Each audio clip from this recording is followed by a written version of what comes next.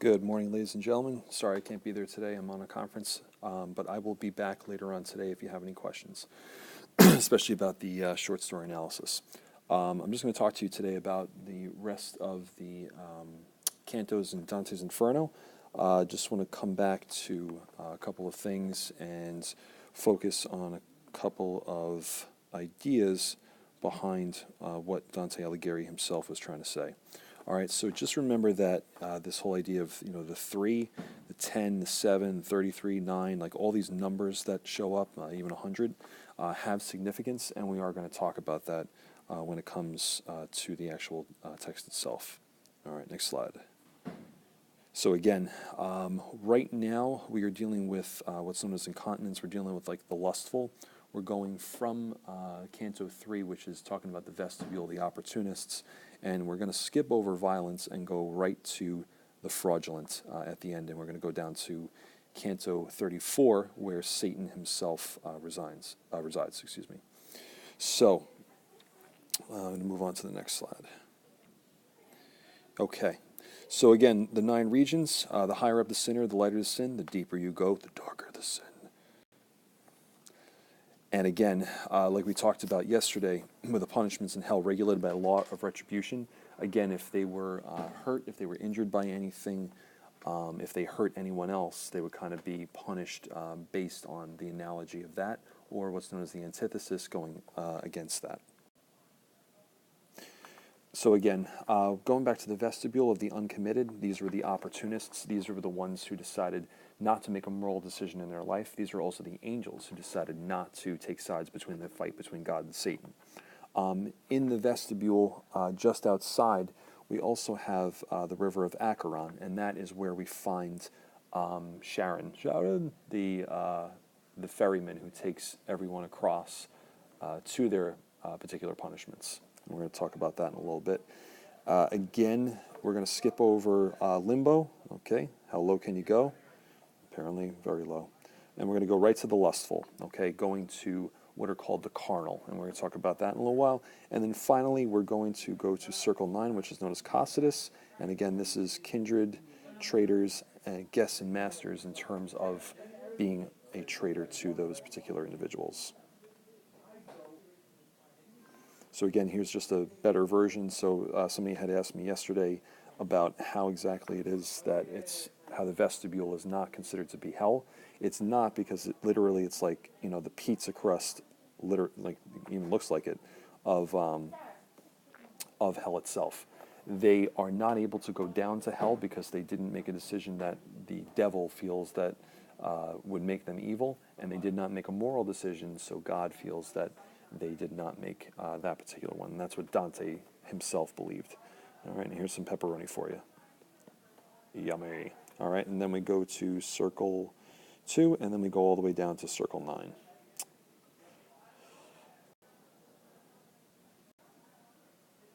So again, with the opportunists, all right, over here we have Mr. Sharon, and he is obviously beating the individuals who are going to go to their certain levels of hell,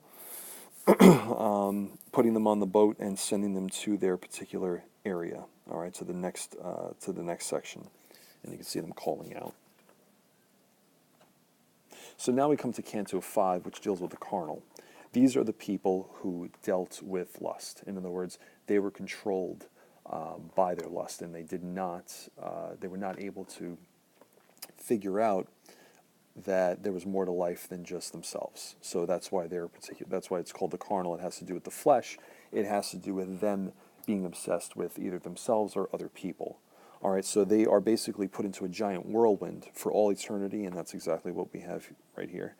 And they are tossed about for all eternity because they were never able to control themselves.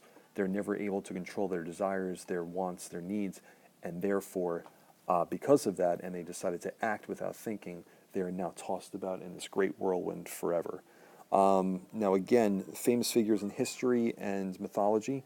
You have Achilles, you have Cleopatra, you have all these individuals who had to do with being tempted in some way, shape, or form.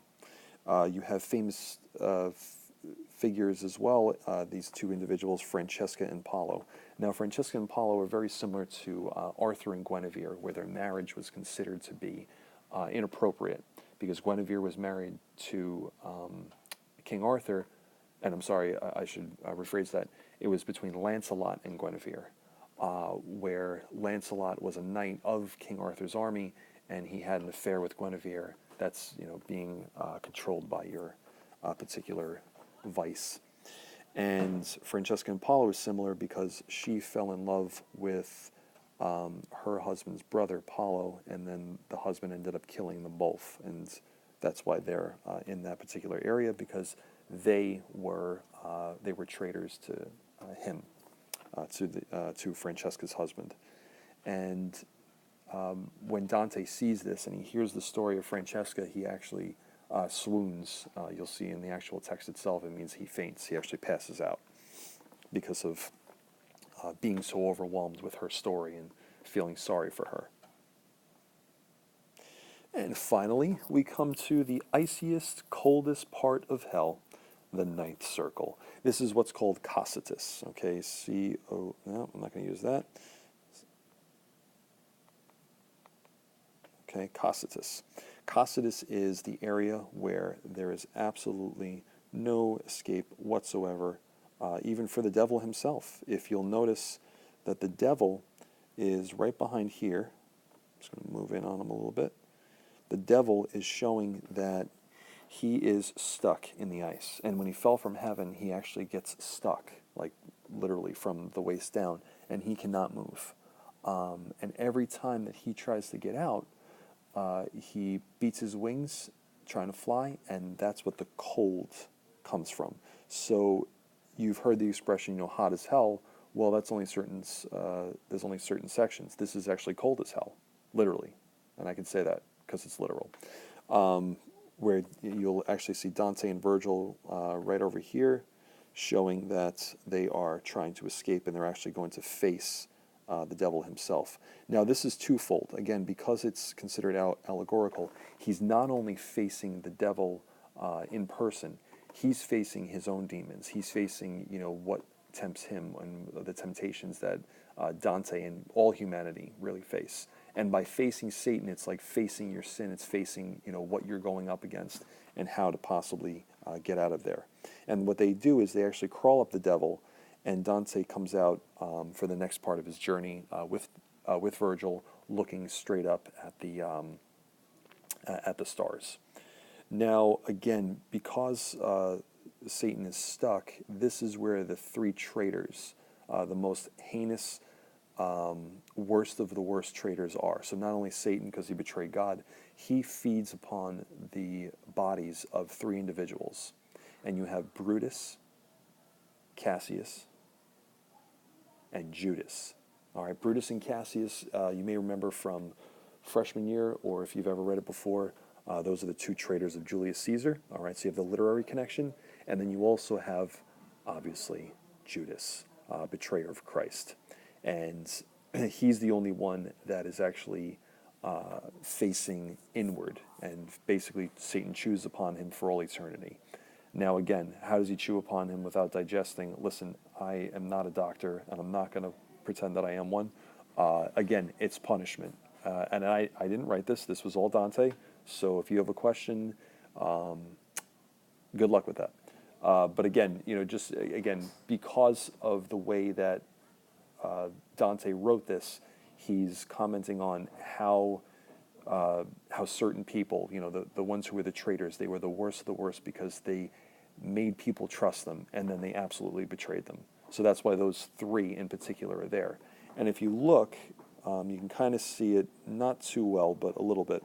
On the right and left sides, you see Satan feasting upon them. Now, Satan actually has, believe it or not, three different faces, one in the front and two on the side. And they're different colors, and that is actually meant to mock the Holy Trinity. It's actually meant to mock, the whole idea of, name of the Father, and Son, and the Holy Spirit. And it's, when we talked about, the antithesis of something, it's like the allegory, the allegorical connection to it is that it goes against the Trinity. with the three faces of Satan. So again, because Satan beats his wings and sends the cold throughout, you can kind of see some people stuck in the ice, completely encased in ice. And so just remember that, every time a bell rings, a demon takes over your soul. All right, very different from what you learned about George Bailey in It's Wonderful Life. So it's a very different type of look. And again, so for the remainder of the period, if you can finish up those questions, we will have a quiz tomorrow. I will be around at the end of the day if you need to see me. But just work on those questions. Again, work on your short story analysis papers. Make sure they're up on Turn It In tonight by 11:59 p.m. And again, if you have any questions, you can come see me later on in the day. I'll be back by fifth period. And have a great day. Enjoy. And I hope you enjoy the video. Take care.